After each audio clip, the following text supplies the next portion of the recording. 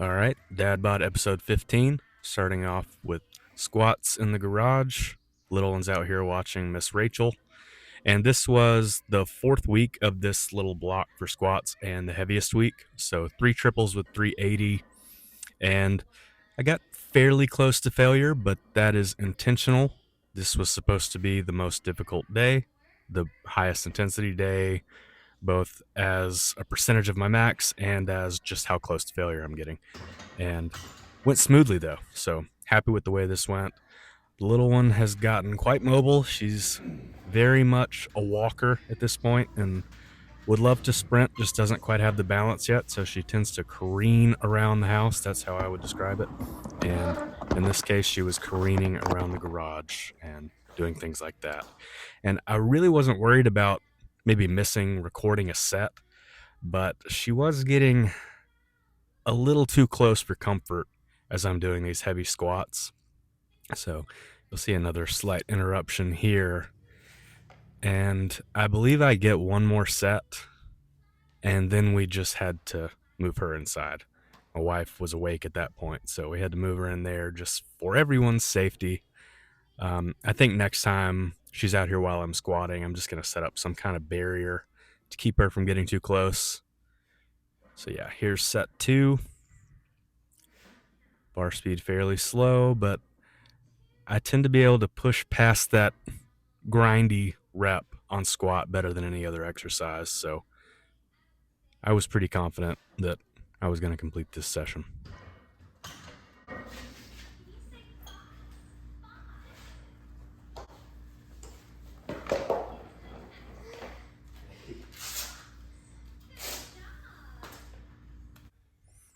And that's the best little hype girl in all the world. So here's set 3. She is in the house at this point, so it's probably on Sam Sulik on the TV. That's what it tends to go to. Third triple, and I think my bar speed was the highest on this set of any set.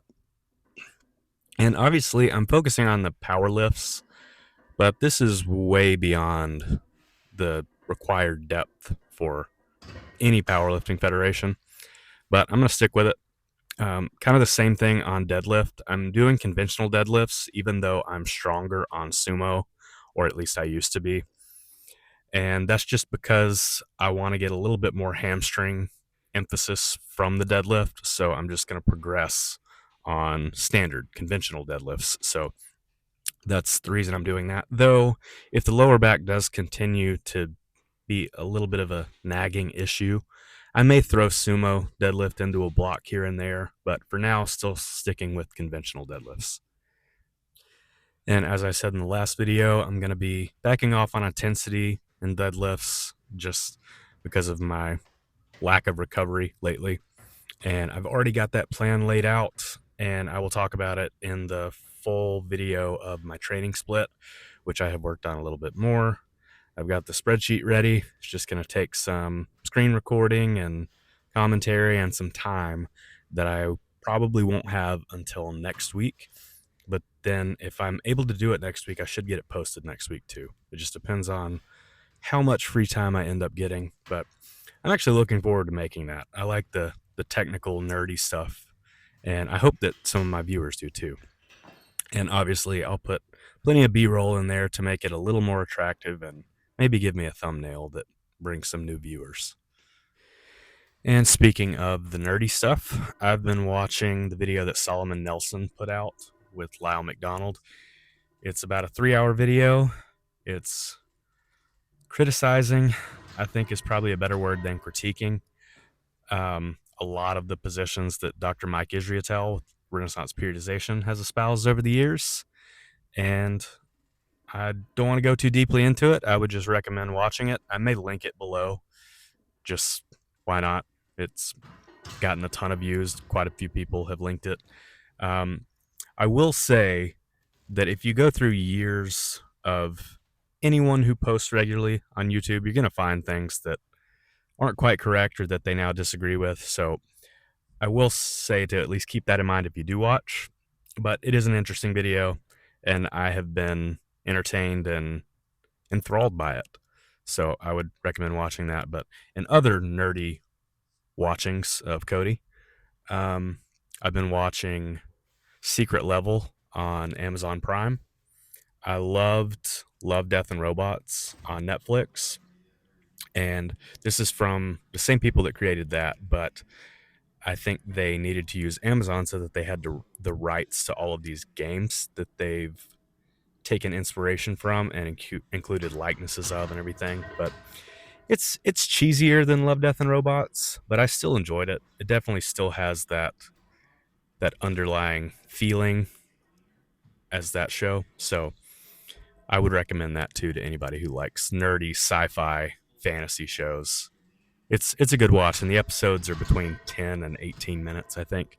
So you can pretty much watch all 15 episodes in 3 hours or so. And nerdy talk aside, we can get back to the training that's shown on screen. Here's dips. Usual style. I'm not adding any weight, but I'm controlling the eccentric and pausing at the bottom. Really good stretch. And on these, because I'm leaning forward, I am emphasizing my chest as much as I can, but obviously my triceps are going to be involved in this and shoulders a little bit too.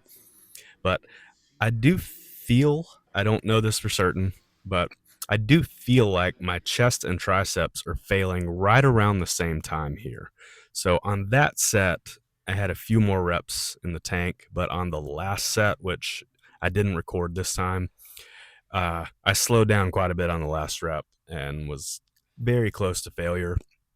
Um, and a lot of what comes up, well, one thing among many, many things that comes up in the Solomon Nelson video, which is mostly Lyle McDonald speaking, is reps in reserve and how some, well, more than some people, a lot of people kind of consider themselves to be training to failure, but they actually have plenty of reps in the tank.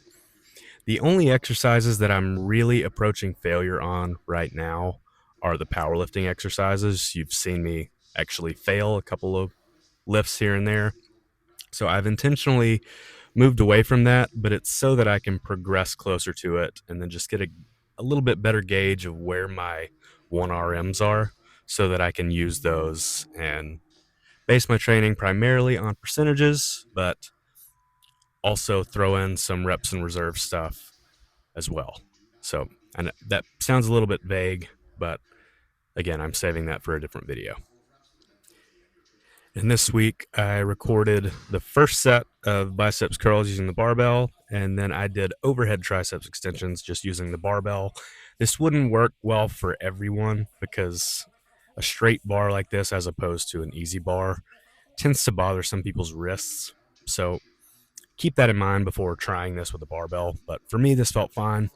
And I don't do this very often, so I wasn't too concerned about what weight I was using.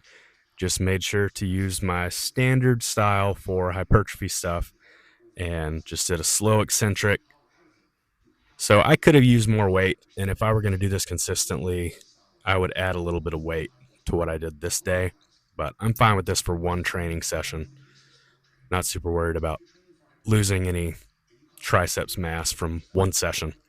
And sometimes you, especially on exercises like this, it just gets a little too repetitive. And I've done those TRX suspension straps for triceps extensions for like 8 to 10 training sessions in a row, 8 to 10 of my accessory days. So just wanted to switch it up on this particular day. Calf training here, just holding a 35-pound plate. And I did lower the volume a little bit on this day. That's mostly just based on how I felt this day, and I'm in a slight deficit, as I mentioned in the last video. So there's no need to really overdo it here. And I could probably get away with even less volume, but this is typically how I do it. And some lateral raises with dumbbells. You've seen me do Y raises using those same suspension straps. Switched it up for the same reason that I switched up triceps. It was just getting stale. And I like these dumbbell handles a lot because you can load them with regular Olympic plates. It just takes forever because you got to do everything twice. You got to do it on one dumbbell, then the other.